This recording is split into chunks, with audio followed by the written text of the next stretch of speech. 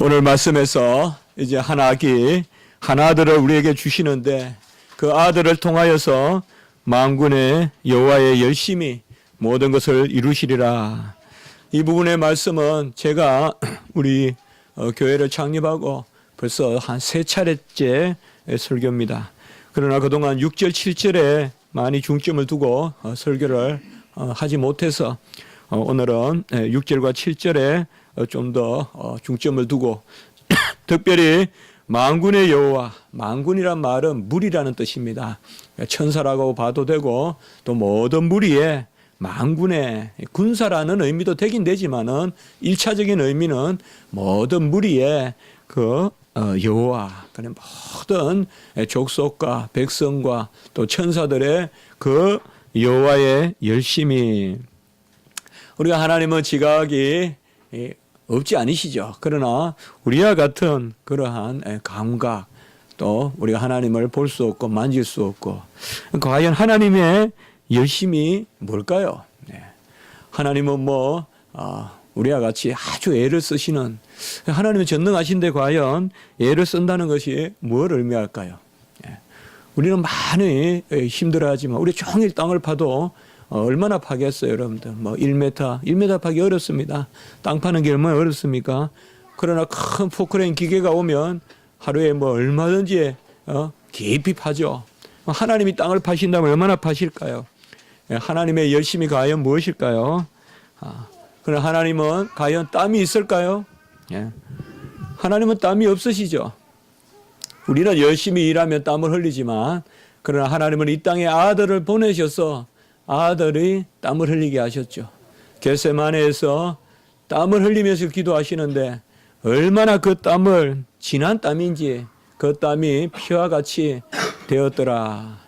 그래서 땀이 피같이 그렇게 흘러내리는 그 모습을 우리가 볼 수가 있습니다. 아들을 보내셔서 열심을 다하게 하신 것입니다. 우리는 만군의 여호와의 열심으로 모든 사물이 이루어지고, 만군의 여호와의 열심이 있기 때문에 우리가 자라고, 우리 세포가 신진대사를 하고, 또 모든 만물도 신진대사를 하고, 이 본날에 정말 형언할 수 없는 그러한 만물의 아름다움을 우리에게 주시는 것입니다. 아브라함과 이삭, 야곱, 모세, 다윗, 이렇게 쭉 내려오는 우리가 기억하는 그러한 이름들은 하나님의 열심을 보여준 그러한 믿음의 조상들입니다. 이들이 열심을 다하여 살았다라고 보지 마십시오. 하나님이 아브라함과 이삭과 야곱, 그들이 가는 데마다 동행하시고 또 물이 나게 하시고 대적을 이겨주시고 모세 만나주시고 말씀을 친히 주시고 여호와를 대면하여 보았다고 했습니다. 모세는. 그리고 바로 다윗, 대표적인 이런 인물들을 봤을 때 우리는 과연 하나님의 열심이 없겠느냐, 사람이 열심히 살아서 과연 이러한 일들을 이루겠느냐. 당연히 우리는 하나님이 하셨다라고 고백할 수밖에 없습니다. 우리의 삶도, 사실상 성도의 삶도 우리가 되돌아보면 하나님이 하셨다, 하나님이 이 일을 이루셨다, 하나님이 다 행하셨다.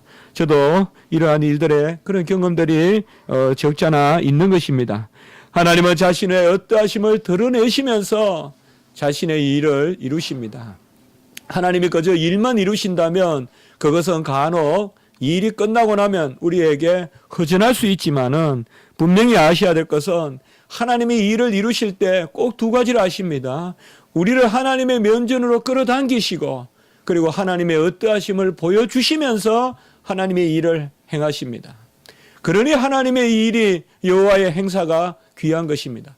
하나님의 일은 우리를 하나님의 면전으로 끌어다니시는 거예요. 그래서 가까이 하나님을 보게 하시는 방식이 하나님이 일을 하시는 것입니다. 하나님은 일을 하시면서 일을 보라고 일을 하시는 것이 아니라 하나님을 보라고 일을 하시는 것입니다. 그래서 이 일을 통하여서 하나님께 가까이 우리를 끌어당깁니다. 코람되어 하나님 앞에 서게 하는 것입니다. 하나님의 일을 통하여 하나님께 끌어당기고 하나님의 어떠하심을 드러내시는, 그것이 바로 여호와께서 일하시는 것입니다. 여호와의 일에는 분명히 여호와의 어떠하심에 드러나심, 계시가 있는 것입니다. 출애굽기 13장 21절 22절에 보면 여호와께서 그들 앞에 가시며 낮에는 구름기둥 밤에는 불기둥으로 여호와께서 그들 앞에서 행하시며, 바로 이 여호와의 임재 지성소의 현존을 바로 구름기둥 불기둥을 통하여서 보여주시는 것입니다. 구름기둥 불기둥은 그저 임재만이 아닙니다. 여호와의 행하시는 일입니다. 애굽의 병사들이, 이제 기병들이 이스라엘 백성을 쫓아왔을 때 이 구름기둥 불기둥이 처음으로 뒤로 갑니다. 그래서 우리가 출애굽기 14장 19절 21절에 보면 하나님의 사자가 그들의 뒤로 가사, 그러니까 앞에서 구름기둥 불기둥을 이끌던 하나님의 사자, 전에도 우리가 봤지만 이는 예수님이십니다. 하나님이 자신을 드러내시는 그것은 바로 예수님이십니다. 그래서 우리 주 예수 그리스도께서 자리를 옮기시니, 구름기둥의 뒤쪽으로 자리를 옮기시니, 이스라엘 백성 뒤쪽으로 자리를 옮기시니 구름기둥이 그리로 옮겨갑니다. 그래서 그 기둥이 옮겨가니까 이스라엘 진 쪽에는 밝고 또 애굽 진 쪽에는 어둡게 해서 그 가운데서 하나님이 밤새 동풍을 불러서 그들은 알지도 못하고 이스라엘 백성들에게, 그때 하나님은 모세의 손을 내밀으라 그러면서 하나님이 일을 하십니다. 하나님이 일하시는 바로 세 번째 방식이 여기 있는 것입니다. 하나님은 우리를 자신에게서 끌어당기시면서 일하시고 자신의 어떠하심을 드러내 보이시면서 일하시는데, 중요한 것은 모세의 손을 펼쳐라, 바로 우리의 열심을 통하여서 하나님은 일을 하십니다. 칼빈이 이야기했듯이 하나님의 섭리는 눈에만 있지 아니하고 손에도 있다. 하나님은 바라보시는 것만 아니라 직접 손으로 일을 하신다라고 이렇게 말씀했습니다. 여호와의 열심이 곧 뭐냐 하면 하나님 편으로 우리 자신을 끌어당기는 것입니다. 사실 우리가 이 지상의 나그네의 삶은 날마다 더 하나님께 가까이 가는 그 삶 외에 의미가 없습니다. 하나님께 더 가까이 가서 이제 마주보게 되는 것입니다. 아까 우리 기도하셨지만은 마주보는 그 영화의 상태로 가는 것, 그것이 바로 이 땅의 나그네라면 하나님께 날마다 nearer to God, 더 가까이 하나님께 가는 것이 바로 우리의 성도의 삶입니다. 하나님은 어떤 일보다도, 심지어 하나님을 높이는 찬송보다도 어떨 때는 하나님께 나아오는 것을 더 즐거워합니다. 야복강에 그 기도를 하고 한도 뼈가 빠지는 기도를 하고 야복강을 건넜습니다. 분명히 야곱이 야복강을 건널 때는 베델의 약속을 가지고 건넜습니다. 그 베델의 약속으로 분명히 베델에서 제단을 쌓으리라.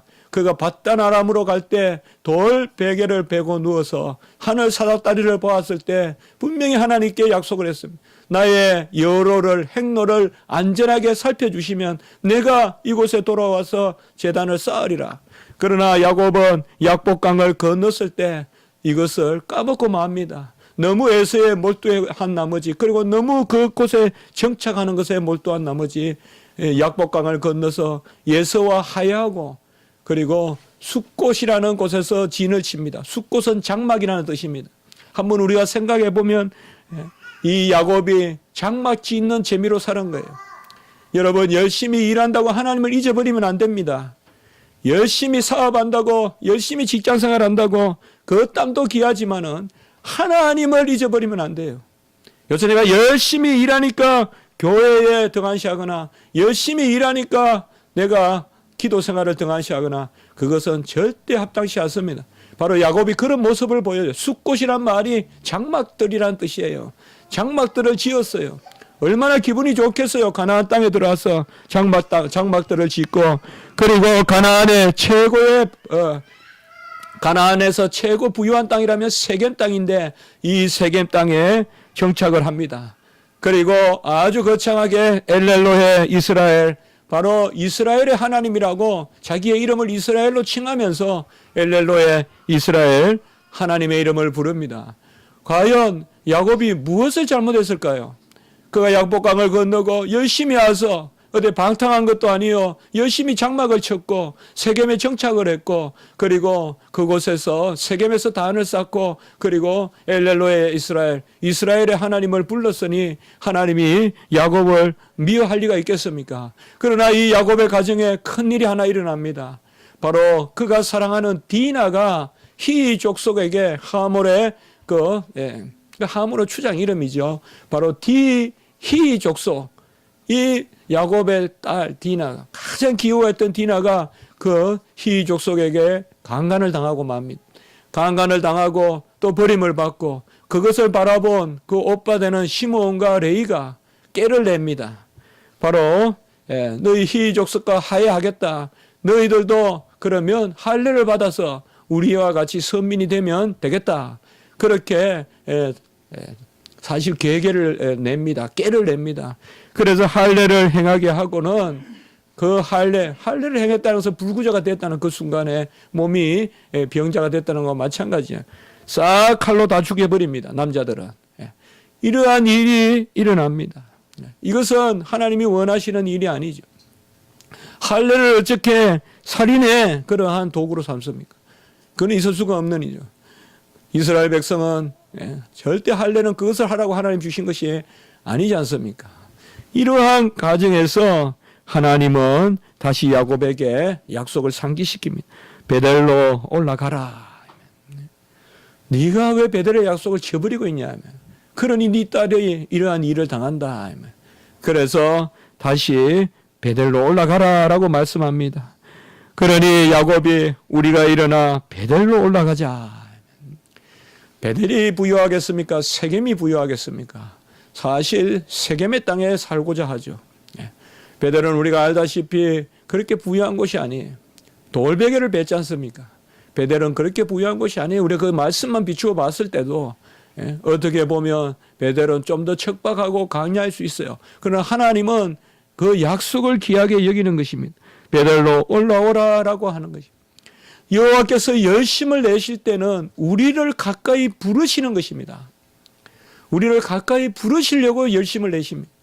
여호와 하나님은 일에 관심이 있지 않습니다. 일은 이미 다 지으시고 끝까지 보시고 계신 분입니다. 여호와 하나님은 모든 일을 행하시되 그의 백성을 가까이 이끄시려고 모든 일을 행하시는 것입니다. 여호와 하나님을 멀리하는 것, 그것이 바로 죄인 것입니다. 아담과 하와가 죄를 지었을 때 여호와의 소리를 들었을 때 여호와 하나님의 낯을 피하여 동산나무에 숨은지라 이렇게 말씀했습니다. 죄가 들어오면 바로 여호와를 피합니다. 그리고 죄가 들어오면 창세기에 보면 가정에 어려움이 옵니다. 가정에 어려움이 와요. 형제지간에도 어려움이 오고 부부지간에도 어려움이 와요. 말씀 보면 그래요, 여러분들. 죄가 들어오니까 가인이 내가 아우를 지키는 자이니까 형제지간에 문제가 생겨요. 죄가 들어오니까 아브라함과 이삭이 아내를 누이라고 속여요. 부부간에도 문제가 생겨요. 여호와의 면전을 떠나면 우리가 모든 이런 일들이 일어나는 것입니다. 하나님의 열심은 뭐냐 하면 우리를 하나님의 편에 끌어당기기 위해서 하나님의 열심을 보이십니다. 그래서 이사야의 가장 말씀이 이제 이사야 선지서에 보면 쭉 진행되다가 55장 1절에 우리가 다 알듯이 바로 오라 너희 모든 목마른 자들아 물로 나오라 돈 없는 자도 오라 너희는 와서 사 먹되 돈 없이 값없이 와서 포도주와 젖을 사라라고 이렇게 말씀했습니다. 여러분 우리는 어떤 경우든 여호와의 면전을 향하여 가는 삶을 살아야 됩니다. 그거 외에는 다 태보입니다. 모든 일은 여호와께 더 가까이 가기. 아브라함 카이프가 이야기했고 바로 여호와께 가까이 가기 위한 것이 우리의 삶의 목적이 돼야 돼요. 좀 더 여호와께 가까이 가기 위한 나의 행로가 돼야 된단 말이에요. 여호와를 멀리하는 것은 우리를 다 뒤지게 하는 것입니다. 여호와께 가까이 가고 바로 여호와께서 기뻐하는 것은 바로 여호와를 알고 여호와를 찾고 여호와께 간구하는 것입니다. 같이 합시다. 여호와를 알고 여호와께 나아가고 여호와께 간구하는 것이다. 예. 이게 바로 하나님이 기뻐하는 것입니다. 예레미야 9장 24절에 보면 여호와를 아는 것과 그가 사랑과 공의를 베푸는 것, 이것을 기뻐한다고 했어요. 재물도 기뻐하지 않고 명예도 기뻐하지 않고 강함도 기뻐하지 않는다고 했어요. 여호와 하나님은 여호와를 아는 것과 그가 사랑과 공의를 베푸는 것을 아는 것을 기뻐한다고 했어요. 두 번째 이사야 55장 아까 말씀을 드렸던 거기에 1절의 말씀에는 여호와께 나아오는 자, 저는 자주 그래 말씀을 드리잖아요. 믿음은 여호와께 나아가는 것이다. 바로 내게 오는 자는 줄이지 않고 나를 믿는 자는 목마르지 않고 오는 게 믿는 거다. 히브리서 11장 6절 우리가 많이 말하지 않습니까? 바로 여호와를 알고 여호와께 나아오고 그리고 여호와를 경외하고 구하는 것입니다. 시편 147편. 이것은 제가 다 좋아하는 말씀들입니다. 여호와를 바로 알고 예레미야 9장 여호와를 바로 알고 그리고 여호와께 나아오고 여호와께 구하는 것입니다. 내가 무엇이 강하다 이것을 여호와 하나님은 원하는 것이 아닙니다. 하나님이 자신의 임재 가운데서 여호와의 열심으로 땀을 흘리시면서 일을 이루시는 것, 이 장을 우리는 하나님의 왕국이라고 하고 그 하나님의 일을 오늘 말씀은 7절에 만군의 여호와의 열심이다라고 이렇게 말씀하고 있습니다. 성경에는 이 여호와의 열심을 여러 차례 말씀하고 있는데 오늘 특별히 이 9장 7절에 여호와의 열심은 열왕기 하 19장에도 보면 여호와의 열심이란 말이 나옵니다. 이 여호와의 열심이 다른 것이 아니라 사네립이 쳐들어왔을 때 바로 아수르의 사네립이 쳐들어왔을 때 그때 히스기야 왕이 기도를 올립니다. 이제 사네립을 싹 다 이제 몰살시키고 특별히 사네립이 오면서 너희 여호와가 어디 있냐? 너희 여호와가 어디 있냐? 하면서 아주 하나님을 조롱하면서 사네립이 완전히 이제 포위를 하고 이제 침범해 들어옵니다. 그때 히스기야 왕이 기도를 했을 때 열왕기 하 19장 31절에 보면 남은 자는 예루살렘으로부터 나올 것이요 피하는 자는 시온산으로부터 나오리니 여호와의 열심히 이를 이루리라라고 이렇게 말씀하고 있습니다. 여호와의 열심히 이루신다. 그리고 바로 4절 아래에 보면 여호와의 사자가 아수르 군사 18만 5천 명을 한꺼번에 다 몰살시켜 버립니다. 18만 5천 명. 이때도 여호와의 사자가 나오죠. 이 여호와의 사자가 결국은 주님이시다 이 말이죠. 주님이 친히 일을 하신다 이 말입니다. 우리 주님께서 친히 여호와의 사자가 구름기둥 불기둥을 앞에서 끌고 가시고 그 여호와의 사자, 그 여호와의 사자가 바로 열심을 내셔서 여호와의 열심으로 이스라엘 백성을 건져 주시는 것입니다. 이 열심이란 말은 히브리어로 키느아라고 하는데요. 그러니까 키느아트, 바로 야훼이라면 같이 합니다. 여호와의 열심. 우리가 성경에 너무 아름답고 좋은 구절들이 많아서 참 이것도 좋고 저것도 좋고 하지만은 그래도 한 절 한 절 이번 한 주간에는 여호와의 열심이라는 단어를 좀 이렇게 새겨보면 어떨까요? 바로 여호와의 열심이다. 이게 열심이란 말은 두 가지 의미가 있습니다. 첫 번째는 열심히 일한다는 우리가 보통 생각하는 그 열정, 열심 그런 의미가 있고요. 두 번째는 시기와 질투라는 의미가 있어요. 그러니까 이 열심이란 말은 다른 것이 아닙니다. 이 사랑의 열심이라고 해볼 수 있을까요? 그러니까 나 외에 다른 신을 두지 말고 나 외에 의지하지 말고 나만 바라보거라 하면서 보여주는 열심. 사실 우리가 서로 정인 간에 남녀 간에 나만 믿어라 할 때는 열심을 보일 거 아니에요. 나만 믿어라 할 때는 열심을 보이잖아요. 그런데 거기에는 항상 뭐가 있어요? 나만 믿는다는 것이 전제돼야 되잖아요. 거기에는 그렇지 않으면 뭐예요? 시기와 질투가 있는 거잖아요. 바로 그런 단어입니다, 이것이. 그러니까 나만 믿으면 내가 열심히 하겠다는 겁니다.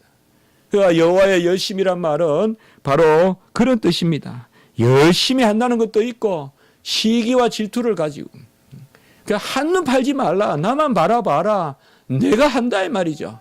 내가 열심히 할 테니까 다른 것은 바라보지 마라라고 이렇게 말하고 있습니다. 특별히 엘리야가 보면 하나님 앞에서 두 번이나 말하죠. 내가 여호와의 열심히 특심하여, 여호와를 향한 열심히 특심하여. 옛날 성경에는 그렇게 나왔죠. 새로운 성경에 보면 열심히 특별하여. 여기도 똑같은 단어입니다. 물론 동사형으로 쌓였는데요. 똑같은 동사가 두 번이나 나와요. 그래서 정말 여호와를 향한 내 열심이 뛰어나다 이렇게 말하고 있습니다. 여러분, 엘리야의 열심, 어떤 열심입니까? 간혹은 좀 무모하기도 하죠. 아합과 이세벨에게 정면으로 바알과 아세라를 부정하는 그것을 이야기하잖아요. 오죽하면 아합이 네가 이스라엘을 괴롭히는 자냐. 그렇게 아주 엘리야를 불렀잖아요. 엘리야만 없으면 좀 이스라엘이 편하겠다. 바로 엘리야도 하나님 앞에서 내가 열심히 이렇게 특심한데 왜 나 혼자밖에 없습니까? 그때 이제 여호와 하나님이 걱정 마라 7,000명이나 있다라고 이렇게 이제 들려주시면서 새 힘을 주시고 그가 다시금 아주 그냥 뛰어가듯이 도단으로 향하여 나아가지 않습니까? 바로 이러한 여호와의 열심, 바로 하나님의 열심이 엘리야에게 임하니 여호와를 향한 열심이 되는 거예요. 그래서 엘리야도 뭐예요? 두 신을 허락하지 않는 거예요. 바알과 아세라가 없는 거예요. 아주 강하게 치내는 거예요. 그때 열심이란 말을 씁니다. 구약에 이 단어가 많이 사용되지는 않습니다. 또 하나 사용되는 것이 바로 예후입니다. 예후는 엘리야가 기름을 부은 세 사람 중에 하나잖아요. 이 예후가 왕이 돼가지고 그때까지 이세벨이 살아 있었어요. 이세벨을 그냥 죽여버리잖아요. 그냥 던져서 죽여버리잖아요. 이세벨을 죽여버리고 이세벨하고 아합에 속했던 사람들을 싹 다 죽여버릴 때 그때 또 예후에게 열심히 있었다라고 이렇게 열왕기하 10장 16절에 말하고 있습니다. 사도 바울도 하나님을 향한 열심히 있었습니다.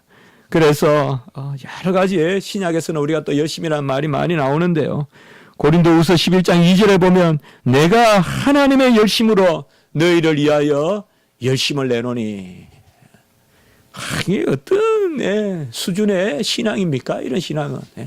하나님의 열심으로 너희를 위하여 열심을 내노니. 같이 합시다. 내가 하나님의 열심으로 열심을 내노니. 여기 앞에는 동사를 쓰고 뒤에는 앞에는 명사를 쓰고 명사에 그대로 하나님의 젤로스라고 합니다. 우리 영어로 젤러시란 단어 있죠, 여러분들. 시기, 질투, 바로 그 단어예요. 혹은 영어로는 zeal, Z-E-A-L, zeal, 열심, 그 단어예요. 그러니까 젤로스, 바로 내가 여호와를 향한 열심, 혹은 여호와를 향한 열심이 얼마나 내가 대단한지 바로 우리 주님이 또 이 말씀을 했잖아요. 여호와를 향한 열심이 얼마나 대단하여서 성전에서 그냥 상을 얻고 하시잖아요. 그 여호와의 열심이거든요. 우리 사도 바울도 이 여호와의 열심, 하나님의 열심으로 열심을 내노니. 그러니까 내 안에서 내가 일하는 것이 아니라 하나님께서 일하신다. 그래서 그 열심으로 내가 열심을 낸다. 이렇게 말하고 있습니다. 이 열심이라는 단어가 사도 바울에게 또 쓰이는데 사도행전 22장 3절에 보면 내가 옛날에는 그릇된 열심이 있었다. 유대교에 열심이 있었더니 이때도 열심이라는 말을 쓰긴 합니다. 그리고 로마서 10장 2절에 보면 유대인들에게는 하나님에 대한 열심이 있으나 올바른 지식에 따른 것이 아니다라고 이렇게 말하고 있습니다. 여러분, 우리가 어떤 열심을 내야 될까요? 어떤 열심을 내요? 지휘자는 악보대로 지휘를 해야지 그 땀이 보람이 있는 것이지. 악보를 벗어나서 아무리 흔든다고 땀을 흘린다고 해서 그것이 의미가 있는 것일까요? 아주 마에스트로가 노장의 그러한 음악가가 이제 은퇴를 몇 년 앞두고 그런 교향곡을 지휘할 때 아주 강하게 흔들지는 않지만은 가장 성숙하게 연주를 하고 그 얼굴에서 흐르는 땀, 그런 것이 진정한 열심이죠. 악보를 쫓아가는 지휘를 해야 돼. 악보는 그냥 무관하게 그냥 손만 흐른다고 됩니까? 아무리 젊은 지휘자가 지휘를 잘한다 해도 아주 땀을 폭구수까지 흘린다고 해도 절대 간중을 연관시킬 수 없죠. 악보대로 잘 지휘를 할 때 그 땀이 진정한 땀이 아니겠습니까? 바로 로마서 10장 2절은 그들에게 열심이 있으나 올바른 지식에 따른 것이 아니다.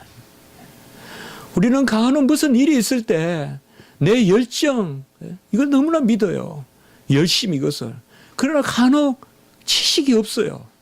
그래서 일을 거르쳐요. 교회 안에도 그런 일이 많을 수 있어요, 여러분들. 정말 참다운 지식 가운데 행하셔야 돼요. 바로 아는 지식 가운데서 우리가 열심을 가져야 되지. 그대로 열심이라든지 이런 단어들은 그저 여과 없이 세상의 열심, 교회 안의 열심, 전혀 동일한 열심이라고 생각하시면 안 되는 거예요. 그 가장 큰 표가 뭐냐 하면 바로 교회 안의 열심은 여호와의 열심으로 열심을 다하는 거예요. 이것이 바로 사도 바울이 고린도후서 11장 2절에 말한 거예요. 자, 사도 바울은 고린도 교회가 저게 뭐가 사도냐 하면서 사도 바울을 무시했어요. 다른 12제자들, 물론 가룟 유다는 빼고 또 나머지 하나 더 세웠기 때문에 12제자는 사도로 인정했지만 사도 바울은 사도로 인정하지 않았어요. 그때 두 가지를 이야기해요. 크게 보면 우리가. 그게 바로 고린도 후서인데요. 첫째는 뭔가 하면 내가 고난을 많이 당했다는 거죠. 전에 제가 설교했지만. 그래서 40의 감한 매를 5번 맞습니까? 그 다음에 3번 태장에 맞고 1번 돌에 맞고 그리고 일주일을 기품에 갇히고 계속 그런 말씀 나오잖아요. 내가 특별히 수고를 더하여서 그래서 내가 사도인 것은 특별히 고난을 당했다는 거예요. 여러분 40의 감한 매 태장 이런 거 맞으면 대충 죽습니다. 옛날 우리나라에서 유배 보내기 전에 대처를 한 7, 80분 죽습니다. 때려서 죽입니다. 사도 바울은 고난받았으면서도 고난을 이겨내는 거, 이게 사도의 표라고 본 거예요. 사도 바울은. 저도 가끔 그런 생각을 해봅니다. 주여, 종이 고난을 이길 힘을 주시옵소서. 그게 사도의 표라는 거예요. 그리고 두 번째로 강조하는 것이 바로 뭐냐? 여호와의 열심으로 내가 열심을 다한다는 거죠. 내 열심이 아니다 이 말이에요. 내가 뭐 사도라고 해서 내가 자랑하는 것이 아니다. 여호와의 열심으로 내가 열심을 다한다. 같이 합니다. 여호와의 열심으로 열심을 내노니 우리 성도들은 이렇게 살아야 되지 않겠습니까? 우리 교회는 작지만은 또 유학 가려는 분도 많고 또 이 땅에서도 많은 일들을 큰 계획들을 많이 가지고 계세요. 우리가 바로 열심을 내야 돼요. 하나님이 함께 하세요. 어디 가나 어느 이치에 있으나 두려워하지 마세요. 다만 내가 진짜 두려워할 것은 여호와를 바로 알아야 되는 올바른 키에 따라서 올바른 노트에 따라서 지휘를 해야 되지 마음껏 그냥 지휘한다고 우리 인생에 감동이 되겠습니까? 바로 그것입니다. 우리가 열심을 할 때는 오직 하나님의 뜻에 따른 그런 열심으로 우리가 하나님 앞에 나아가야 하는 것입니다. 디도서 2장 14절에 보면 그가 우리를 대신하여 자신을 주심은 모든 불법에서 우리를 속량하시는 우리를 깨끗하게 하사 속량하시고 우리를 깨끗하게 하사 같이 합니다. 선한 일을 열심히 하는 자기 백성이 옛날 성경에는 친백성이라고 되어 있죠. 친백성이 되게 하려 하십니다. 선한 일에 열심을 하는 하나님의 백성을 삼으려고 하신 것입니다. 바로 하나님께서는 아들을 보내셔서 오늘 말씀에 한 아들을 우리에게 주셨고 그리고 한 아들을 우리에게 낳게 하셨습니다. 오늘 6절에 보면 한 아기가 우리에게 낳고 한 아들을 우리에게 주신 바 되었다라고 이렇게 말합니다. 완료로 되어 있지만 이런 것은 우리가 선지적 완료라고 합니다. 어떤 학자들은 그렇게 표현도 합니다. 이미 됐다고 하지만은 미래의 일입니다. 한 아기를 우리에게 주실 것이요, 한 아기가 낳을 것이요. 그것을 아예 완료로 씁니다. 그러니까 하나님의 말씀은 미래가 이미 이루어진 것이니까. 그래서 한 아기가 우리에게 나고 그리고 한 아들을 우리에게 주신 바 되었는데, 바로 마리아에게 천사 가브리엘이 나타나서 내가 잉태하여 아들을 낳으리니 그에게 다윗의 왕위를 주시리니. 꼭 보면 이 가브리엘이 나타나가